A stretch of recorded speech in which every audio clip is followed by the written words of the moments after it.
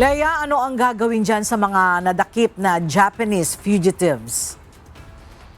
Magandang tanghali sa iyo, Ella. Iti-turn over na ang mga ito sa Bureau of Immigration para naman sa kanilang deportasyon. At nagtagumpay nga, Ella, ang mga otoridad na maaresto itong dalawang high-value Japanese fugitive na konektado sa International Syndicate.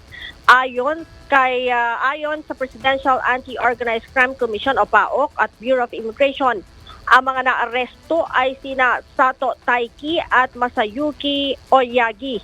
Ayon kay PAOK Executive Director and Undersecretary Benjamin Ocorda Jr., nahuli ang dalawa sa operasyon kahapon sa Mandaluyong at Santa Mesa, Maynila. Nang pinagsanib na puwersa ng PAOK, Philippine National Police Intelligence Group, Bureau of Immigration Fugitive Search Unit at supporting units ng Armed Forces of the Philippines. Si Taiki ay sinasabing miyembro ng Dufig Group na sangkot sa mahigit sa 50 insidente na nakuwan sa Japan mula 2021 hanggang 2023.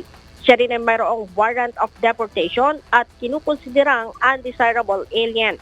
Samantala, si Oyagi naman ay miyembro ng JP Dragon Syndicate na isang transnational criminal organization na binubuo ng Yakuza affiliate. Wanted ito sa Japan sa kasong theft at itinuturing ding undesirable alien. Sinabi pa ni Yusek Acorda, ginagamit ng mga suspect ang Pilipinas bilang base ng kanilang organized crime operations sa pamamagitan ng pagtatatag ng online workstation na nagsisilbing hub para sa telecommunication fraud.